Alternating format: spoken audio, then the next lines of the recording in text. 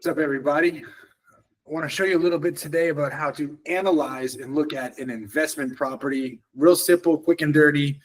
So there are a lot of investment properties you can get. You can do mobile home parks. You can do multifamily apartments. And those are way different models. But just to keep it simple, we're going to look at a standard, typical residential single-family house that you'd find anywhere in America. And so for the sake of our example, let's think about a typical standard three-bedroom house, two bathrooms, maybe 1,300 square feet. Pretty standard. So we're going to look at an investment house. There we go. Nice, pretty windows and a door. All right, cool. Investment house. Okay, so this is how we're going to look at the property. So let's say our purchase price of the property, brand new, the deal we're going to look at hypothetically is going to be $200,000. $200K. Depends on where you are. You might not be able to get a deal like that, but most of the places in the country, Midwest, Southeast, you could do that. Okay. So 200K is going to be our price. And let's just say, for the sake of simplicity, we have a duplex. No, just say a regular house, a 3-bed, 2-bath house, not a duplex. And that property will generate $2,000 per month in income. Okay. So on my grid here, I've got 4 boxes with 4 different qualifying criteria that we will need to know as we look at a property. So the first box is going to be the income. So we're looking at this as an investment, not a primary residence. So ideally with an investment, it's going to make us money. Okay. $200,000 to buy it. Rental income is going to be $2,000 a month. That's what the market is saying that it can rent for. Now, there are other ways that the property can make money as well. So let's say, you've got laundry hookups and you charge them money for laundry, or you charge them to park, or whatever else you can get money for. But let's just say, for the sake of our example, there's no parking, there's no laundry. It's a straight $2,000 income. Pretty standard, okay? The next block is going to be our expenses. How much does it cost to keep, maintain, and manage the property? Okay, so we're going to look at a few of the things, a few of the criteria, and I'm not saying this is an exhaustive list, but these are pretty basic and pretty standard. One is going to be called PITI. So let's say that for this $200,000 property, you need to put down 20% of the money. That's going to be $40,000 down, 40K, and that is with a $160,000 mortgage. Okay, so let's say your $160,000 mortgage, in that monthly mortgage payment, you're going to pay principal and interest. Right here, the PI and the TI. The PITI is an acronym. The principal and interest is going to be what you pay the bank for the principal and the interest that it costs you to borrow the money. The T is going to be property taxes, which almost always gets rolled into the mortgage payment, because if you don't pay your taxes, the government will take your house over, and your mortgage lender doesn't want to lose their money. So they roll it all in, they make sure it's all get paid. And then I is going to be your insurance. So altogether, your monthly payment, your debt service is going to be your principal, interest, your mortgage payment to the bank, rolled in there with your taxes and insurance, okay? And so let's say for the basics here, our PITI is going to be $850 a month. $850 a month, okay? But we have other expenses as well. So if you do this, there's a good chance, I would suggest, you get a property manager, especially a good one. Typically, they're going to charge 10% of the revenue. So the revenue coming in is $2,000 a month. So let's say 10% of that's going to be $200. You're going to give them $200 a month for a property manager to manage the asset for you, so you don't have to touch it. And then let's say out of that, you're going to put $50 a month away for repairs. Okay. So if and when something happens, because something will happen, like the toilet leaks or whatever, somebody's got to pay for it. And since it's your house, you're going to have to pay for it. And it will happen. It's just a matter of time.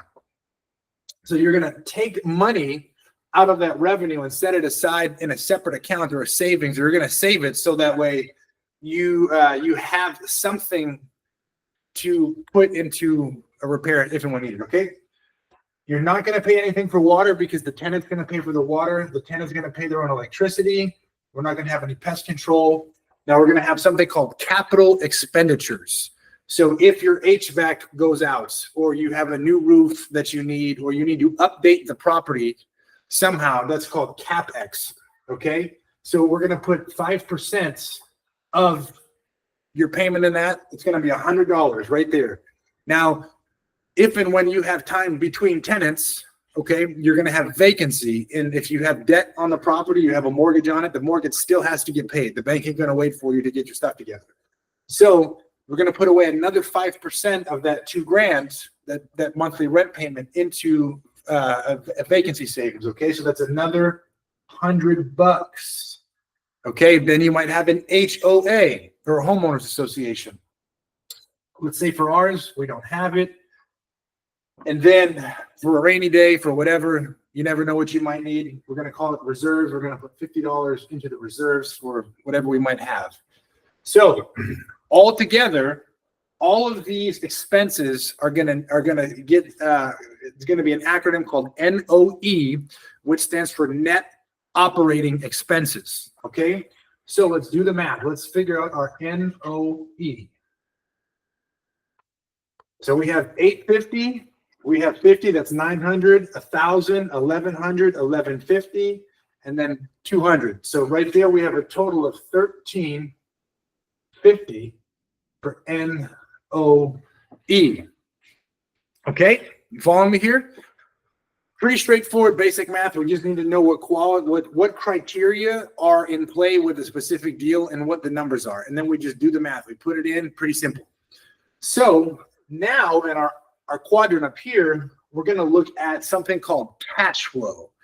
So remember, the difference between my mortgage payment, my PITI, and then if you have a property manager, is not just the only expenses. So you can't just take that $2,000 rental and take the $1,050 from the mortgage, the debt service, and the property manager, and say, hey, the rest is mine. Technically, you could do that, but it is not wise. Don't do that. Put the money away in savings, okay? Because if and when you need it, you're going to be thankful that you did.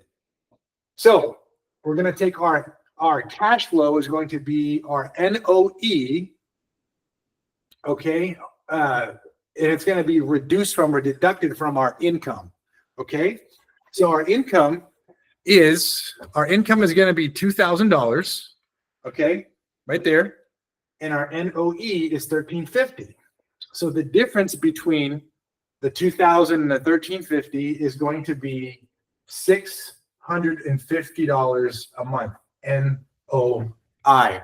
That's pretty good cash flow. It's really good cash flow, actually, for a property like this. So we have our income $2,000 a month. We have our expenses $1,350. Our net operating expenses, our NOI, or our cash flow, is going to be $650 a month. Okay. Now we're going to take that 650 and we're going to multiply it by 12. And so that's going to give us, the house is going to earn us $7,800 per year. Okay. $7,800 per year. Okay. So we have, let's look at, okay, what is going to be our return? Okay. So here, this is residential. We're not really looking for something called a cap rate. We want to look at, okay, if I buy this deal, how much money is my money going to earn for me? So ideally with the investment, we're putting capital to work. Okay. So we want the money to work for us. So our down payment is $40,000. Okay. We're buying it. So let's say our closing costs are $2,000 and we have another, let's say $8,000 that we want to put into update the property with rehab. You might want to update the floors, maybe some new appliances, whatever it is. And any other closing costs we don't really have. So our all into this, okay, our total cash in is $40,000 plus $2,000 plus $8,000. So we're going to be in at $50,000. It's going to be our total cash in. Okay, you follow me?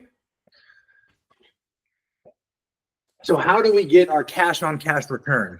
So our cash on cash return is going to be basically taking our annual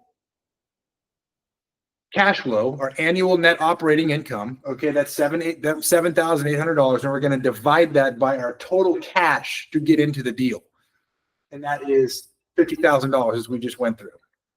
Okay, and that number is going to be 15.6%. Now, so our cash on cash ROI equals, in this particular situation, 15.6%. So in the real estate side versus stocks, either way, your money's still going to work for you. The idea is that if you invest your capital into this house, it's going to work with these numbers. It's going to work for you at a 15.6% rate, which is pretty good. So this is a very basic, very straightforward deal. If you're going to look at an investment property wherever, and that's essentially how you're going to look at it. There are other variables. There are other factors that could come into this. So let's say it's something to keep in mind is I'm basing these numbers now off of the current taxes and insurance. Now, if you do some research, which you should do some research, various places, the property taxes might increase based on certain things, such as being a primary resident or being a non-primary resident house. So, for example, all the houses that I've ever owned that I've lived in have a much lower tax rate if I live in it than if I don't live in it. So, I had a house in South Carolina, and my primary residence taxes for the same house, same evaluation, was like $2,700 for the year, which was not bad. And after I moved out and it's not my primary residence anymore, my property taxes went to almost $6,000 a year. Went up a lot. And so that has to be factored into my numbers if I'm looking as an investment down the road. Okay.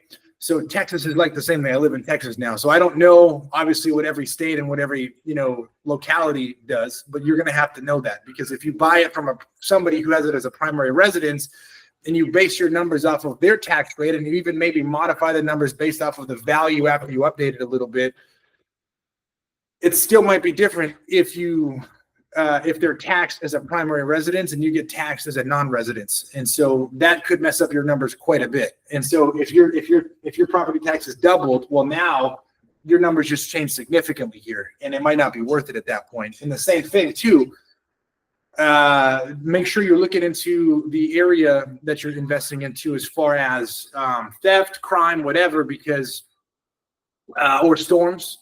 Florida, for example, is really, really high on property insurance because they have so many hurricanes, right? And I think Texas has some issues too with hail. I'm sure you can probably have some issues in the Midwest, Oklahoma, I don't know, Kansas, Nebraska. Don't quote me on it, for tornadoes maybe. So you're just going to have to know those things. And it's good, with that being said, if you're going to pursue a career or a side hustle, whatever it is, in investing in real estate, which I think you totally should, you want to have a team. And I'm not talking about sales guys, I'm not talking about any of that stuff. Contractors, well, yeah, you want to have contractors, but what I'm talking about is have a lawyer, a real estate attorney that you're good with, and have an insurance guy who's competent with real estate, who knows about real estate, homeowners policies. He knows about different ways that deals are financed, so to speak. Now, because that's really important. You can talk to these guys. You can ask them questions about this to kind of get an idea of, okay, after year one, what is it going to go to? Is it going to change, et cetera, because it might. But the principal and interest, as long as you have the loan, will never change. Okay, if it's a set rate loan, which is good because it gives you some stability and certainty. But the taxes and insurance, they might change. So just keep that in mind. Now, there are other ways you can do deals. I could have brought capital in to do this deal from somebody else. I would have had to pay them back the capital for the $40,000 down payment with a return on it, right? This is possible, but that's going to make my numbers look different, because at some point, in some way, I've got to get that person their money back. Now, you'll see a lot of creative finance stuff out there. It's all over the internet. But one thing that I've seen that they don't really do a good job, in my opinion, of telling you is, yeah, you can take somebody else's cash and buy real estate. You definitely can. And it's a secure investment. They're going to collateralize or secure their money into the property with a mortgage and a promissory note or a deed of trust, depending on the state you're at. However, you need to know how the numbers work, how the deal works to pay them back. Because if I gave you 40 grand unsuspecting to do your real estate deal and you made it make sense to me, but you couldn't pay me back, now we have a problem, or vice versa. Okay. So you can do that. I could buy that house and maybe bring in a bridge loan with you. If you wanted to loan me the money, you wanted to put your capital to work, but I'm going to need to know how I'm going to pay you back. And that's a really big deal. So there's different ways you can structure it, but that's not the point of what I'm trying to get at. But the main point that I'm trying to run with here, basic deal analysis, purchase price, income, net operating expenses, cash flow, NOI, net operating income. Now we can calculate our cash on cash return. Now, value, okay? You might have a different value and a different value in what you do and how you engage things. And so my house might be of different value to me than it would be for you. I have a cousin who wanted to just pay the mortgage off. I get that. I would not do that. I would rather take the capital and buy more assets instead of paying one asset off. I don't think anybody's wrong, just different philosophy. You're going to get a lot of debate on it, but I would rather buy more houses and generate more streams of revenue and put more equity, have more equity, so to speak. So for me, I'm just giving you a concept of value. It would not be valuable to me to go and pay off my house and have it free and clear. I wouldn't want to do that because I'd rather take the cash and make it work in other ways. So with that being said, for me, I would do a deal with a 15.6% cash on cash return. However, if the numbers were different and the cash on cash return was like a 6 or a 7, I would not do that. Because I could make the money work harder and be more fruitful in a different investment strategy or with a different asset or a different deal. And that's what you got to kind of really wrestle with, right? And so think about that. Think about what I'm saying here. This is just basic math, basic qualities. Take what I'm, learning and maybe plug in the numbers and go on Zillow and look at a deal. Try to, take a property that's listed for sale and think about renting it out and figure out the numbers, figure out what it would rent for and just run through it. And then see if it would be worth it for you to invest into. I wouldn't be dissuaded by maybe not having the $40,000 because there is ways you can do this. I'm not trying to get into that now, but you can do it. This is a basic, quick and dirty deal analysis. And I hope this is a blessing for you. And I hope this makes sense. And I hope it's encouraging because you can. If I can, so can you. And but when you're looking at, for example, buying a house by taking over somebody's mortgage, okay, it's going to be a lot of the similarities, definitely a lot of similarities, but there's going to be a couple of other different nuances in play, such as if you need to borrow money to have some kind of gap funding between the equity, what the house is worth, and what's owed on the note. So there's a lot of things to consider here, but basics, you can get this. If you can master this, you can learn to adapt it to any deal, and then commercial too, or residential, and you should be ready to rock and roll. So make it happen, guys. I'd love to hear you guys take something from this and actually go and get your first your first property in which you are now making money on and put money to work, and you're on your way to building wealth. Boom.